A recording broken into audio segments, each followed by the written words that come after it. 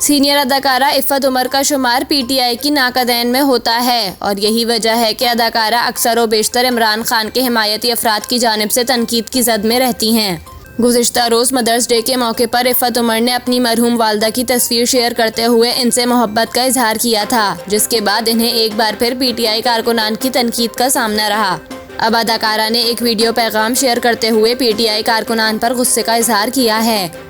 Video में इफ़त उमर का कहना था कि मदर्स डे के मौके पर मैंने वालदा की तस्वीर लगाकर मदर्स डे विश किया था, लेकिन पीटीआई सपोर्टर इतने जालिम और इस कदर नीचे गिर चुके हैं, इनका दिमागी तवाज़ुन इनके लीडर ने इतना ख़राब कर दिया है कि इन्हें ये भी शर्म नहीं आती कि किसी की माँ की पोस्ट को तो छोड़ देना चाहिए। इफ़त उमर ने कहा कि आप लोगों ने मुझे नहीं बख्शा, मेरे खावंद यहाँ तक कि मेरी औलाद को भी नहीं बख्शा, लेकिन माँ ऐसी हस्ती है जिस पर सबको शर्म आ जाती है, लेकिन इमरान खान और इनके सपोर्टर्स को किसी बात पर शर्म आ जाए ये मुमकिन नहीं।